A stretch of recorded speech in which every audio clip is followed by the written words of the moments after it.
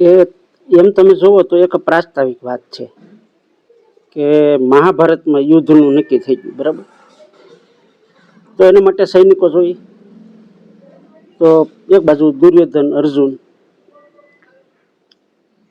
કૃષ્ણની સહાયતા માટે ગયા. તો કૃષ્ણ ભગવાન હુતા હતા, એટલે પેલા દુર્યોધન ગયો તો એ એના માથા પાસે બેસી ગયો. થોડીક વાર થઈ ત્યાં અર્જુન આવ્યો તો એના પગ પાસે બેઠો. કૃષ્ણ ભગવાન ઉઠ્યા એટલે સીધી નજર એને અર્જુન ઉપર ગઈ.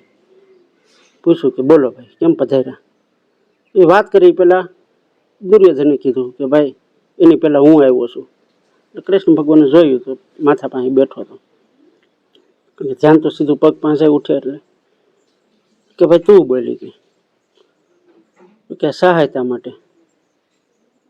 તો કે ભાઈ મારી પાસે બે ઓપ્શન છે, બે સિલેક્શન છે, બે પસંદગી છે. એક બાજુ હું છું ને એક બાજુ નારાયણની સેના. કે તારે જે જોતું હોય માગ, હું કઈ બાંધવાનો નથી, હથિયાર નથી ઉપાડવાનો.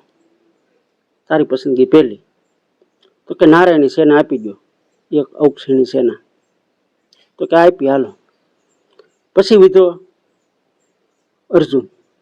તો અર્જુન પાસે શું ઓપ્શન રહ્યું? કઈ રહ્યું? મુદ્દાની વાત છે. એટલે એની માટે તો કૃષ્ણ એક જ ઓપ્શન વિધું, એ એને સ્વીકારવાના રહ્યા. નારાયણની સેના તો અપાઈ ગઈ હતી, એટલે અર્જુન માટે કોઈ ઓપ્શન નહોતું. મારું કહેવાનું એ છે કે સત્ય છે ને, એના માટે કોઈ ઓપ્શન નથી હોતું, એના માટે કોઈ સિલેક્શન નથી હોતું. જે છે એને સ્વીકારી લેવાનું. આ સત્ય પરિસ્થિતિને સ્વીકારી લેવી સહર્ષ ભાવે. આ વિચારવા લાયક મુદ્દો છે આખો.